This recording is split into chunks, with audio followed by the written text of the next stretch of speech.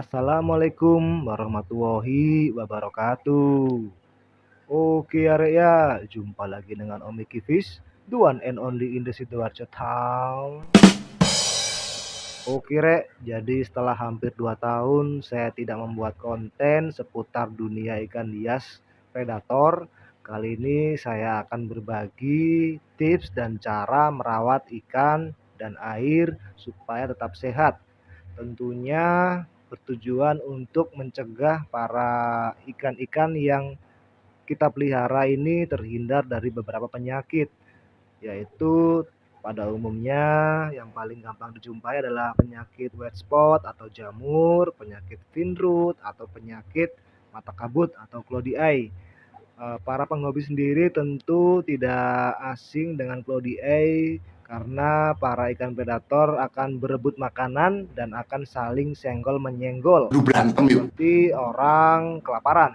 Ketika ikan predator kita diberikan makan, tentunya dia akan bersaing memperebutkan pakan dan tidak sengaja mereka akan menyenggol ikan-ikan lain yang ada dalam akuarium.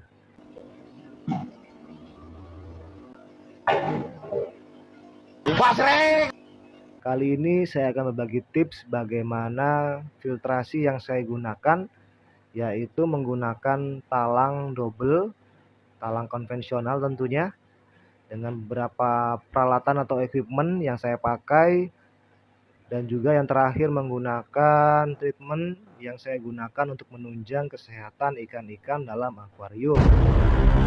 Bisa kita lihat sendiri beberapa ikan-ikan yang ada di belakang saya ini sudah berukuran ya bisa dibilang jumbo atau sudah hampir 50 cm. Bohong. Memang yang paling menyita perhatian yaitu ikan red tail catfish dengan ukuran 50 cm, ikan yang terkenal memang cukup rakus dan pemakan apapun yang bisa masuk ke mulutnya ini. Ini saya pelihara sudah hampir 1 tahun. Waktu itu saya beli di ukuran 20 cm. Siapa yang kemana? Hah? Kemudian ada ikan arwana silver albino Brazil. Kemudian ada ikan baramundi kakap putih. Kemudian ada ikan peacock bass dan juga ikan palmas. Nah, palmas sendiri untuk teman-teman memang kita fungsikan untuk ikan dasaran ya, karena berfungsi untuk menggeser-geser kotoran-kotoran yang terendap di bawah atau di dasar. Untuk akuarium ini sendiri panjangnya 1,5 meter dengan lebar 50 dan tinggi 50. Untuk cara saya membersihkan akuarium sendiri memang tidak terlalu rutin ya, karena ini 1 minggu sekali baru saya kuras sekitar 30%. Kemudian saya tambahkan air baru. Dengan dilakukan water change akan membuat ikan lebih sehat, ikan lebih agresif, dan ikan lebih nafsu makan. Hal itu dikarenakan ada suplai air baru, yaitu dengan kejenuhan air yang lama, dengan kualitas air yang lama akan digantikan dengan beberapa persen air yang baru, akan memberikan nuansa kesegaran yang berbeda dalam tubuh para ikan ini. Untuk kaca-kaca sendiri saya gosok manual menggunakan kain lap. Oke, kita kembali ke topik utama video, bagaimana sistem filtrasi membuat air jernih, membuat ikan sehat, membuat ikan tidak berpenyakit.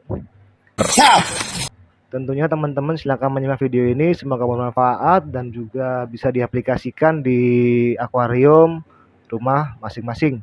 Yang bener. Hah? Oke rek, jadi untuk pertama kali air masuk dari pompa saya menggunakan kos kaki, terus kemudian chamber keduanya ini di dikasih lampu ultraviolet untuk membunuh kuman-kuman, kemudian ada media mekanis, kapas, kemudian outputnya turun ke chamber pertama kaca, itu ada bioball, kemudian chamber keduanya ada bioring, bioblock, lanjut ada keramik ring sama karang jahe, kemudian output turun. Nah, ini tutupnya pakai infraboard. Kemudian nah bisa dilihat sama teman-teman, ini dari angel atas ya, atau permukaan atasnya ini sampai ke bawah cukup jernih, seperti ada manis-manisnya gitu. Nah, itu ikan lele, ada arwana albino, ada big bass. Ini bisa kita lihat dengan mata telanjang, cukup jernih ya rek. Oke, ini diffuser aerator untuk mengatur besar kecil di wavemaker. Oke rek, kita lanjut dengan equipment yang ada dalam akuarium ini. Saya menggunakan mesin berkapasitas 4000 liter per jam, kemudian didorongkan ke talang.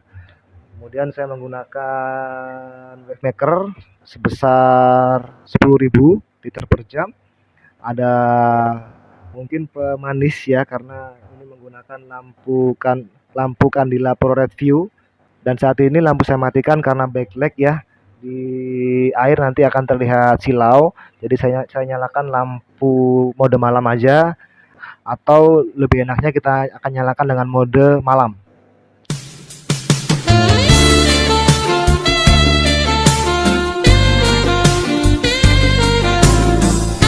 Oke rek, ini udah saya ganti dengan mode malam. Jadi memang nuansanya seperti senja atau matahari terbenam. Bagi para penikmat senja atau anak-anak skena, bisa menseruput kopi dan juga menyalakan sebatang rokok, namun memandangi ikan-ikan kesayangan di rumah masing-masing. Kamu semakin sering buka mulut, semakin dongkol saya dengar ya, tau nggak?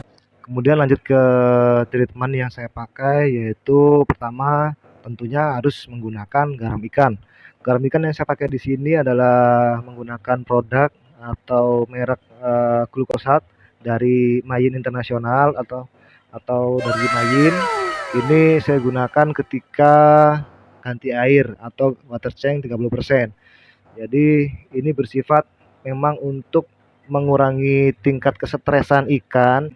Jadi bukan hanya saya saja yang stres, namun ikan di sini juga punya potensi atau rentan stres ketika memasukkan air baru.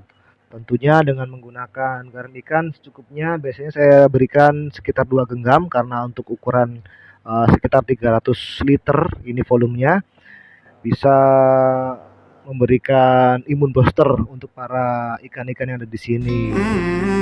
Selanjutnya rek, saya menggunakan produk oksigenik.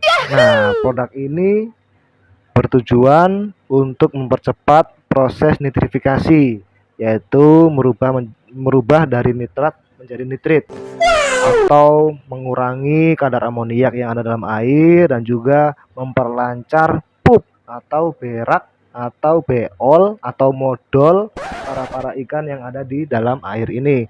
Tujuannya adalah mempercepat pencernaan, dan mereka buang kotorannya bisa lancar, jadi bisa kembali lapar lagi. Terakhir saya menggunakan produk dari Mayin, yaitu Water Quality Stabilizer. Ini berfungsi untuk membunuh bakteri-bakteri jahat pada air yang baru masuk atau saat pergantian air. Nah, untuk penggunaan ini per 100 liternya yaitu 5 mili. Karena akuarium ini 300 liter, maka ini saya gunakan 15 mili. Kemudian langsung saya masukkan ke dalam permukaan air dalam akuarium ini. Oh iya Re, untuk fungsi wavemaker sendiri, dia berfungsi untuk menjadi arus buatan yang bertujuan untuk mendorong kotoran-kotoran agar kembali ke dasar dan tersedot oleh mesin. Selain itu dia berfungsi untuk bisa dibilang pemecah konsentrasi, karena beberapa ikan dalam akuarium ini cukup temperamen, cukup mudah emosi, mudah Astagfirullahaladzim. tersulut atau mudah terpancing perkelahian, maka fungsi arus di sini sangat diperlukan. Oh, tenan. Oh iya, Rek, untuk wavemaker sendiri saya tambahkan aerator yang bertujuan untuk memperkaya oksigen terlarut dalam air. Jadi ketika selesai makan, mereka proses pencernaan, buka tutup insangnya, kemudian sistem pernafasannya bisa memadai karena oksigen yang ada dalam air ini tercukupi. Saya nyalakan dulu sebentar.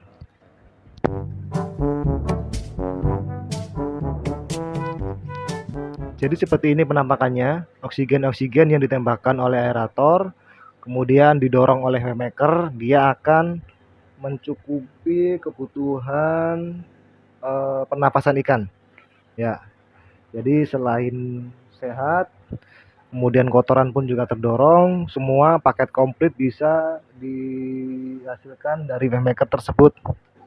Itulah tujuannya kenapa saya membutuhkan bantuan dari wavemaker agar mempersehat ikan-ikan dalam akuarium yang saya miliki ini. Jadi cukup sekian video yang bisa saya bagikan ke teman-teman para penghobi. Semoga bisa bermanfaat. Kalau ada yang bisa diaplikasikan di akuarium teman-teman di rumah, silakan dicoba. Kalau ada ya sistem yang lebih bagus atau sistem yang lebih efisien, silakan tambahkan di kolom komentar. Tentunya saya berbagi tips ini bertujuan untuk mengurangi potensi ikan sakit, potensi ikan mati karena cara perawatan kita yang tidak mengerti terkait ikan predator. Video ini saya bagikan bertujuan untuk mengurangi potensi ikan sakit, potensi ikan meninggal karena ikan ini makanan utamanya adalah makanan hidup, bisa juga makanan beku. Tentunya sisa-sisa zat kimia yang dihasilkan dari pakan tersebut akan mengganggu kualitas air ketika kita tidak bisa mengoptimalkan sistem filtrasi yang ada dalam akuarium. Oke, Rek, cukup sekian. Saya terus ikan hias Indonesia. Saya Mas Udin pamit undur diri.